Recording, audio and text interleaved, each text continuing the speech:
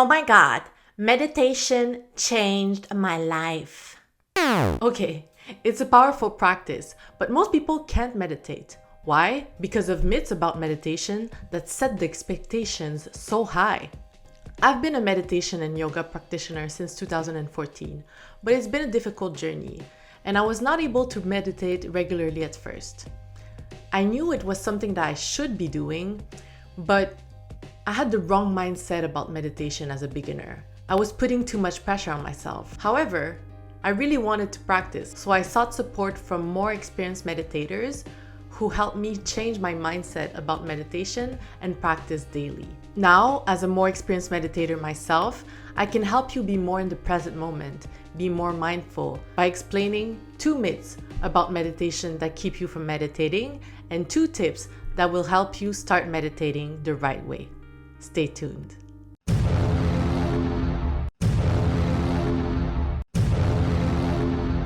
Inner heroine.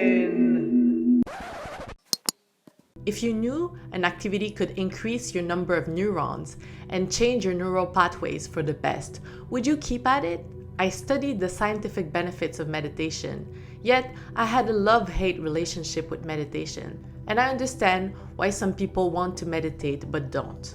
I started meditating when I was 22, right after my father's death. I was always tense, and I could not sleep.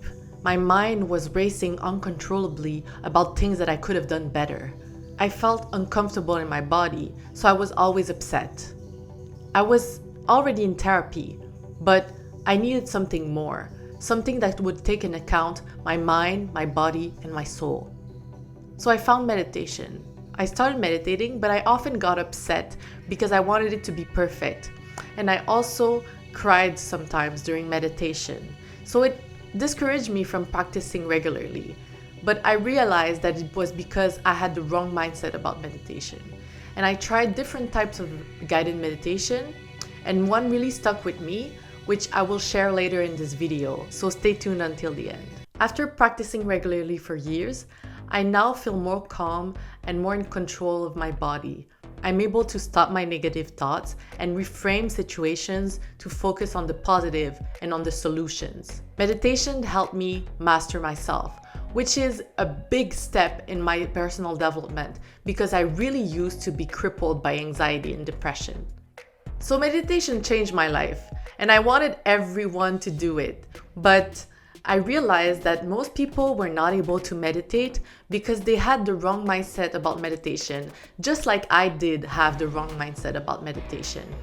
Talking to people, I identified 2 myths about meditation that kept people from meditating. 1, you have to stop thinking, and 2, meditation should be relaxing. These myths about meditation put the bar so high that you're setting yourself up for defeat before you even start meditating. I will go through these myths and then give you 2 tips to start meditating the right way. The first myth comes from the Zen concept of no shin or mu shin, which means no mind in Chinese. It can also be called silence. It is when your mind could be said to be working at a very high speed, but with no intention, plan, or direction. That is a state that can be achieved after years of practice, and it's not usually available to beginners. At the beginning, you sit for meditation and your thoughts pull you in all the directions. If you want to stop thinking, in itself, this is a strong intention that keeps you from being silent in your mind, because if you have a strong intention about something, your mind will go towards that. For example, if I tell you, don't think about a monkey, the first thing you'll do is think about a monkey. So it's only with practice, dedicated daily practice, that eventually, by itself, you will reach mushin or silence. The goal for beginners is not to attain silence, it's for your thoughts to have less grip over you. I will provide tips to achieve that distance, but first, let's bust the second myth, that meditating should be relaxing. There are different types of meditation, but one thing is for sure is that meditation can bring stuff up to the surface. Your issues will become more obvious, and that in itself can become very uncomfortable and not really relaxing. Most people don't like meditation because it's the only time they're alone with their thoughts, and they never realize how much their thoughts can be hurtful. You didn't develop a tolerance to your thoughts, and that is very important to develop. So meditation can help you develop that. When you're meditating, it's kind of a safer space when you can be with your thoughts. It's not meant to be relaxing because according to scientific data, only 5% of the brain activity is conscious. So 95% of the brain activity is unconscious. And meditation is allowing you to dive into that unconscious mind. It is meant like that so that you become more aware of your thoughts, and so you have more control over your thoughts, your emotions, and your behavior. But this is just a step in your journey.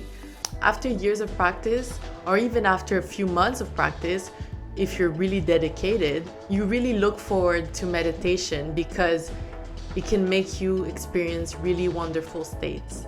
Like everything, it's only with practice that you see results. With practice, you'll become more tolerant of your emotions and your thoughts. It's as if you're watching traffic from a plane instead of being stuck in traffic. The best meditation that I found to create that distance with my mind is called Isha Kriya, and it was designed by Sadhguru. So I put the link in the description below. Now that you understand that you don't have to stop thinking or relax during meditation, your expectations should be more realistic. So here are 2 tips to start meditating the right way. The first tip will complete your mindset. You have to believe the premise that you are not your thoughts. You are more than your thoughts. Descartes famously said, "I think, therefore I am," which heavily impacted the fields of medicine and psychology, which defined the way we look at human nature. But since then, many thinkers, including Nietzsche, Kierkegaard, and more recently Sadhguru, criticized Descartes' position. Believing that our existence revolves or begins with our thoughts is a very limited conception of human nature. In fact, I had many experiences where I had no prominent thoughts in my mind, and I was still alive and existing. There is more than our thoughts. There's a presence, the core of who we are.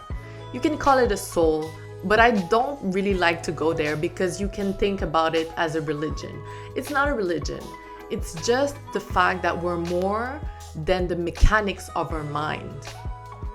If you never experience that you're more than that, that means you're stuck in your thoughts. You're stuck in the mechanics. You didn't take a distance with it to understand that there's something more fundamental about you. So at first, you just have to believe that you're more than your thoughts, and then you'll probably experience it with enough practice. A second tip that I have is to focus on your movement or on your breath. You have to focus on something at first.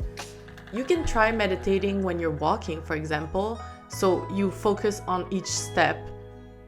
And remember, you don't have to stop thinking. It's just that the main focus is your steps. And when you deviate from that focus, you just gently come back to it. There's something that you can do also is tense every muscle of your body, one after the other, starting from your toes or your feet up to your head. So you tense your feet, then you tense your ankles, your thighs, your stomach, your chest, your neck, your face, your head, like that. In my opinion, beginners should start with 5 to 15 minutes of meditation a day. And with everything that comes up during meditation, they should learn to practice non-judgment. For this, you should watch my next video, which talks about non-judgment. See you in the next video.